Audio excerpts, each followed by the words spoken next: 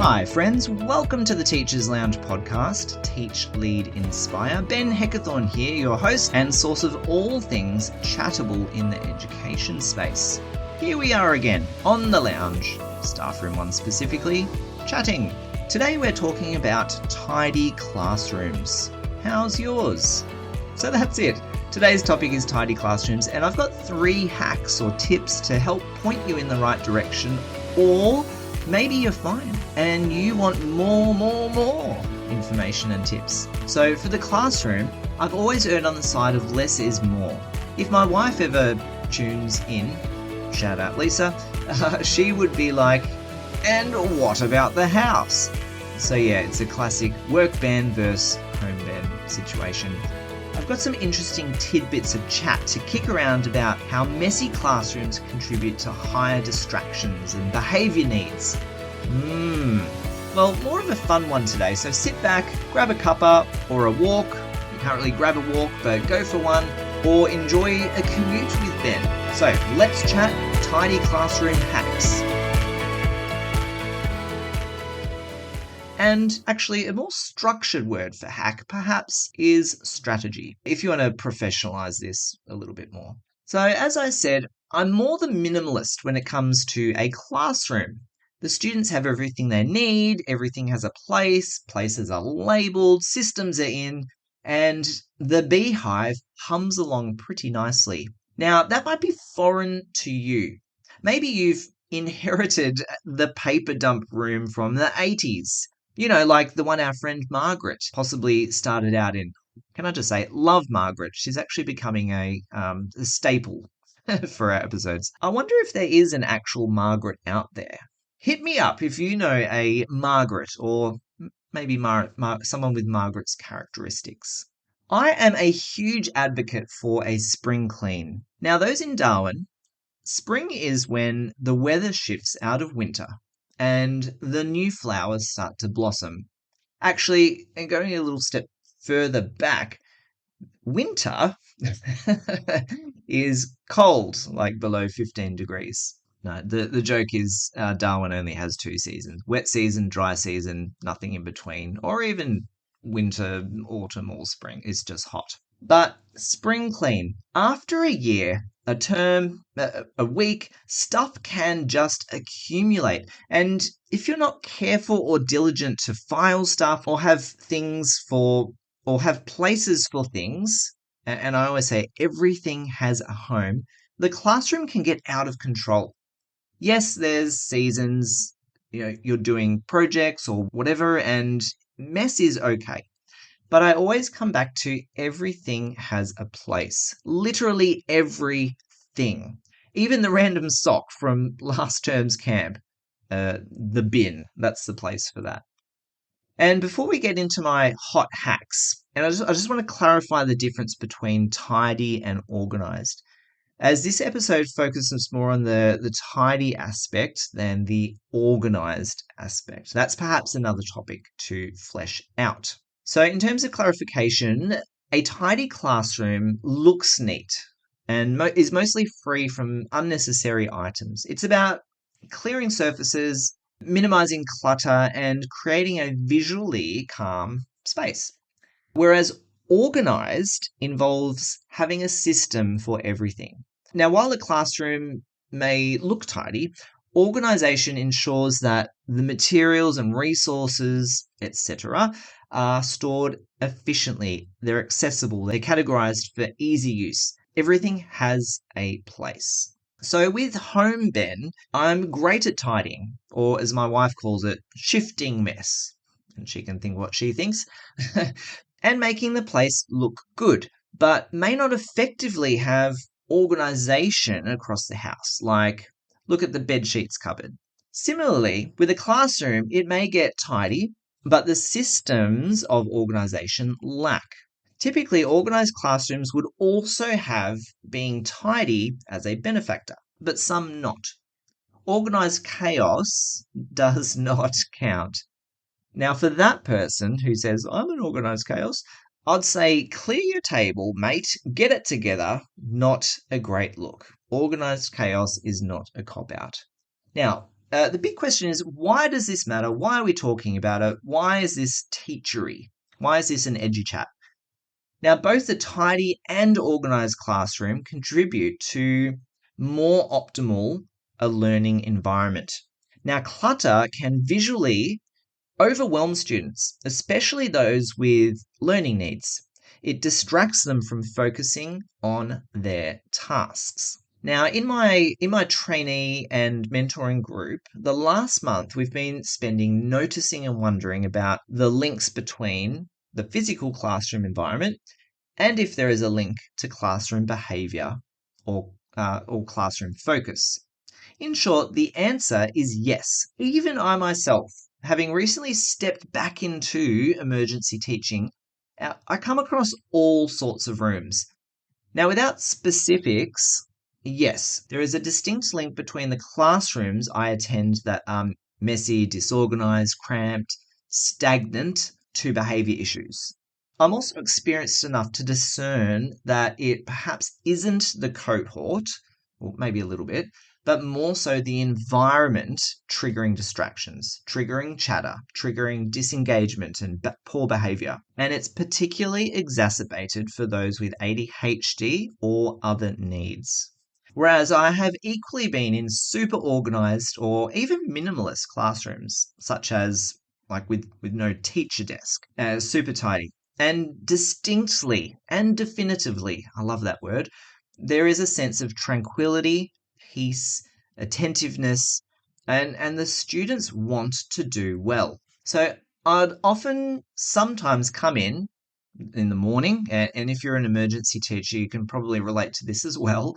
I would assess the damage I'm walking into, and the first thing I do is often reset the teacher's desk. I'd wipe it clean. I'd put it all back at the end of the day in the the mess that it was. But I think what other major distractions or clutters can I remove before the students roll in? Is the day's schedule up and correct? Is the whiteboard clean? And my eyes just go to a few different key parts in the room. So enough about home ban and work ban. Let's get into these hacks for a tidier classroom. Quote, which evidently leads to better attentiveness, better behavior, and desire to learn. Right, here's a new little segment for a quick sponsor grab. I'm actively looking for a show partner to come on board the wild ride of the Teachers Lounge. Maybe AGART. That would be funny. But meanwhile, please punch a 5-star on Spotify and jump into the Facebook group Teachers Lounge, Teach, Lead, Inspire. And, like all the posts, throw some comments, questions in. That'd be great. But this is a space for a sponsor to jump in and really support and sponsor and drive the show forward. Okay, let's get back into it. So, hack number 1, I call the daily declutter rule. What is it? Look, at the end of each day, all it takes, take 5 minutes to clear off desks, shelves, common areas. Look, assign students a small task to help. Embed it in your daily pack-up, but be intentional about decluttering. Now, I've had a few classes where students just love this game I call Mystery Object. There's many variations of it, but kids are picking up everything because everything has a place. That's right. So why it works, we've got the daily declutter rule. Daily decluttering, it prevents messes from piling up and reduces that workload really at the end of the week. As we all know, Friday, just want to go home. I'll do it later. That kind of mentality. But we all know that later usually never comes, or it does, and it's like 20 minutes before you got parent-teacher interviews or observations coming in. It's also a good routine or system. One thing I like to think about this whole daily declutter rule, it's actually empowering students, that's students with an apostrophe at the end, their responsibility. Now, from what I've seen, great leaders are able to activate and empower. It kind of flows into this whole influence concept as well. So hear me out. Engaging students in tidying up gives them ownership of their space or spaces, which is the classroom, and teaches them organizational habits. So a couple of things in that. The first thing is if you think about not being authentic, Kids really quickly pick up on that. So if you don't actually care about tidiness, they're flippantly not going to care about the mystery object or the daily declutter rule. You've got to genuinely love your room and genuinely factor in the importance of a tidy classroom. Now, it's these things such as care, diligence, wow. These are those beyond the academics attributes our students are learning and leaning into from you, their leader. So, firstly, it's this concept of being authentic, and secondly, it's habits. We are habit breakers and habit makers. And if I think that one of the last episodes was about savers and those morning routines and making or breaking and establishing habits. But tidying up may not be important in their home. So you've got a student and it's really just not important in their home.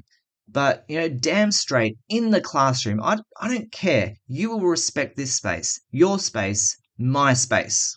Oh, shout out, circa 2005, RIP MySpace. Gee, I swear I've got some form of undiagnosed ADHD. But you can catch that authenticity and habit. So it's empowering students' responsibility, the daily declutter rule. Now, 5 minutes of the day might seem small, but over time, it drastically reduces clutter. As before mentioned, it keeps the classroom in order. So I'm always going to link back to this of the physical classroom to behavior and focus. It's so important to grasp that. So, hack number one is the daily declutter. Hack number two is what we call homes for everything. Now, what is that? So, what we need to do is we need to designate specific places for all classroom materials, from textbooks to art supplies, label them clearly. Kind of taps into organization at its core, but when things have homes and you spend the time investing into creating those homes, it helps keep things tidy in the long run. For example, oh, Mr. H, I found a pair of scissors on the ground.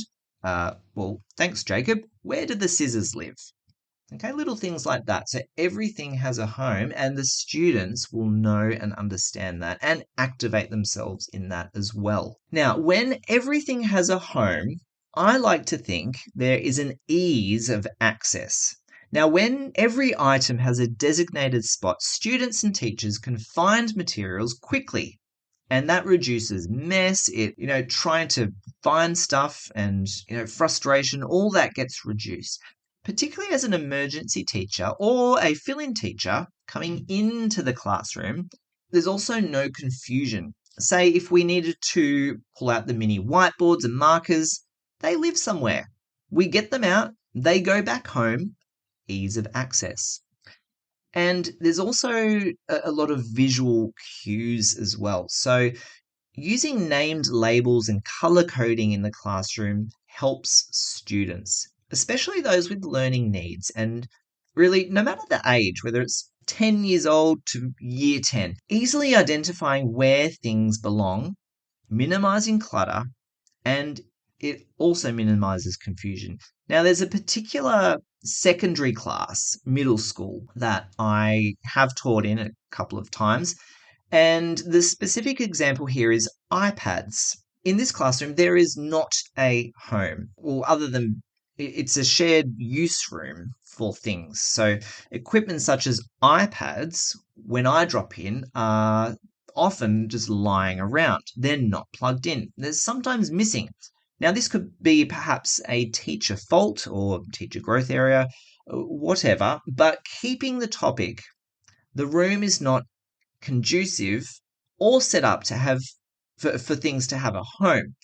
And that is how things get lost. They go missing, they get broken, the space gets messy. And it's particularly problematic if this is a shared space with one core teacher who drops the ball in this area. And that's another issue which has popped up, which we're not discussing today, such as leadership culture. Why hasn't this teacher been pulled up, etc.? That's actually a great thing to talk about. So visual cues and ease of access contribute to creating this home for everything, or they're kind of benefactors of it.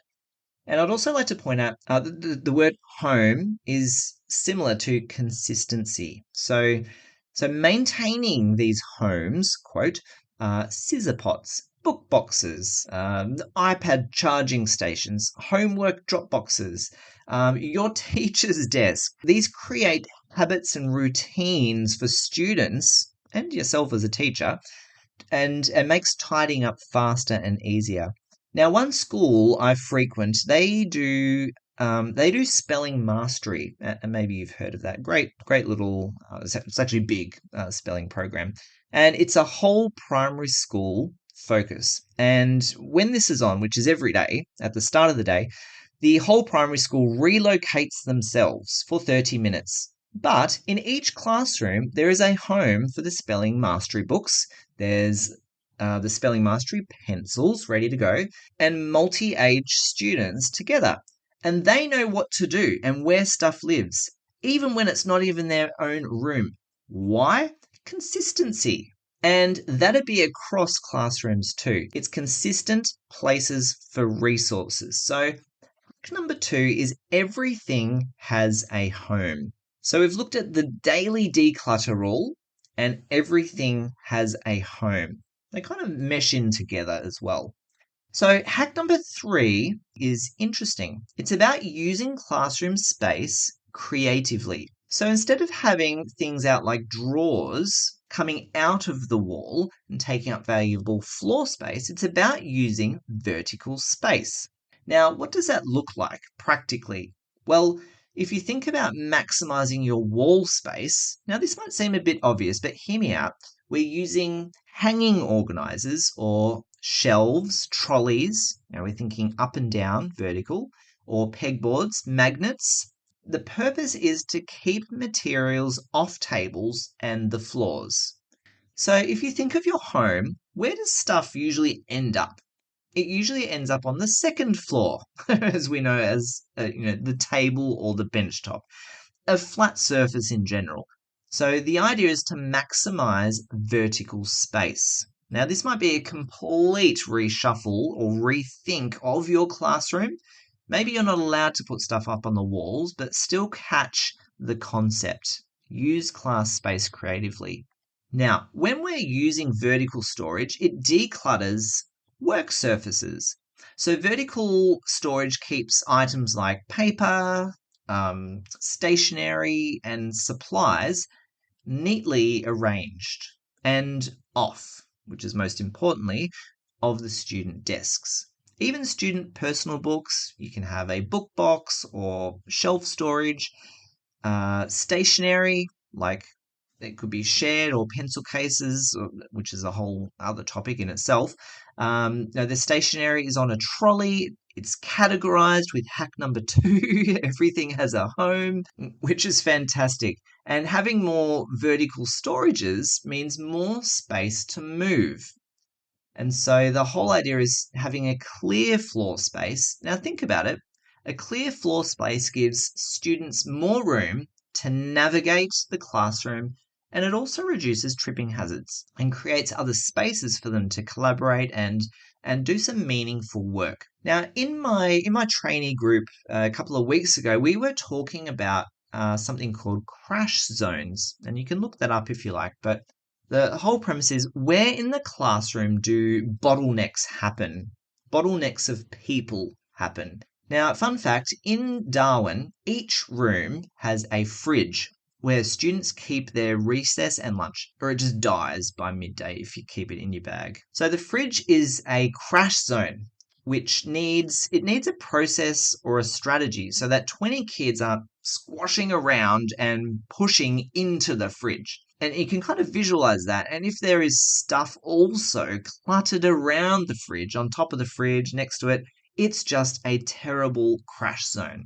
So maximizing floor space by using more vertical storages, and again, think creatively here, hangers, chair bags, trolleys, away from the fridge, pegboards, etc. You can Google or Pinterest up your classroom, but the whole crux of it here is a tidier, a visually clear environment for your classroom.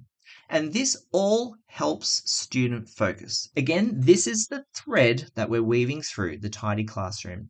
A tidy classroom results in or contributes to better behavior and focus of your students. So it encourages focus on the task at hand, particularly without the distractions of clutter. And that's my point in tow. Again, I can't emphasize this anymore. A cluttered classroom is not conducive for effective learning, especially if there are learning needs in the classroom. So again, looking at the tidy classroom, and maybe yours isn't tidy. Maybe you don't care and we're just happy to come along the ride today. Hey, thanks, really appreciate it. But we have unpacked 3 simple hacks to help you and inspire you, hopefully, to clean up the clutter. The timestamp of recording here is we're in our, actually last week of term 3. And so perhaps the term break, and let's make that clear, I never say the word holidays. It's semantics. But I do believe in the power of words, and calling it school holidays, I think, is simply wrong. It's technically stand down time, nothing more. But yeah, again, maybe another podcast topic. But the term break is perfect to hop along into spring cleaning mode and clear out some clutter, put some labels up, get that label maker out, strap in to and figure out processes and routines to train your little cherubs in these new routines and be consistent. Now remember, kids pick up on the little things. So if you're not authentic about the importance of classroom, a tidy classroom, they're not going to catch your vision. They're not going to do it. Now, I work with a grad teacher sometimes, and she has a storeroom attached to the back of her classroom. There's paper, math stuff, everything. Anyway, but it got a little bit much. and she's like, right, kids, clean, let's go. And so she spent the afternoon decluttering and had an extra 20 hands or so to help. But, from that, the kids own the space. They're a part of it. And if we go back to point 1, the students are empowered in responsibility to keep it that way. Not, oh, hey, miss, what do I do with these meter rulers or kilometer walker measuring things? And instead of just saying, just chuck them in the back room, like, nah, they have a home, they have a place. Well, that's it. Short, sharp, fun, and hopefully you're inspired today to be tidy. Lead your classroom well by implementing these quick and easy hacks. Well, actually, I do take that back. They're probably not hacks, they're more systems, but they are handy. But by implementing them or thinking about them at least, you can really create a more structured, a more calm or calmer, and efficient learning space, which improves both classroom flow and student focus. So I'm just going to go over those one more time. So just recapping those. Hack 1, the daily declutter rule. Hack 2, create homes for everything. And hack 3, get creative. Use vertical space. Get stuff off the floors if you can, off the tables, and create spaces in your classroom. So as I sign off, if anyone pops into your mind that this may resonate with, and hey, don't just tag the messiest teacher you know. They're probably aware, and there's probably better ways to walk alongside them. Maybe they're stressed out to their eyeballs, and they need you to come in and say, look, I know you've got some struggles, and I know you've got lots to do, but do you mind if I come in and give you a half day on a Saturday to come in and help sort out some stuff or create or organize or label some things? Now, I'm going to leave that with you and how you communicate and do things. But actually, no, do send this episode to someone. Well, I'm out. Go do well, go teach, go lead, go and inspire. And in all seriousness, thank you for journeying this half an hour with me. And hopefully you can activate that extra 1%, which is going and doing something small, which can implement a huge change over the course. We do 365 little 1%ers, that is more than doing no changes at all. So hopefully you have a tidy classroom and do not use the cop out of this is my organised chaos. That's it. Go and do well. There we go. Thanks for listening to this episode release of the Teachers Lounge podcast. I really do hope you've enjoyed the dialogue. The information discussed today was just that, information only. It's not specific advice. If you take action on something you've heard today, it's important to make sure that you get professional advice about your unique situation before you proceed, whether that advice be legal, financial, accounting, medical, or otherwise. Please reach out to me if you have any questions or if there is anything I can do to support your teaching or leadership journey, whether it's another topic you'd like discussed or one-to-one support. If you do know someone that would benefit from listening to this episode, please remember to tell them about it, share the episode with them, or connect us on socials. I trust you're encouraged in your role, your leadership aspirations, and your ability to serve and inspire. And that's it. Go do well.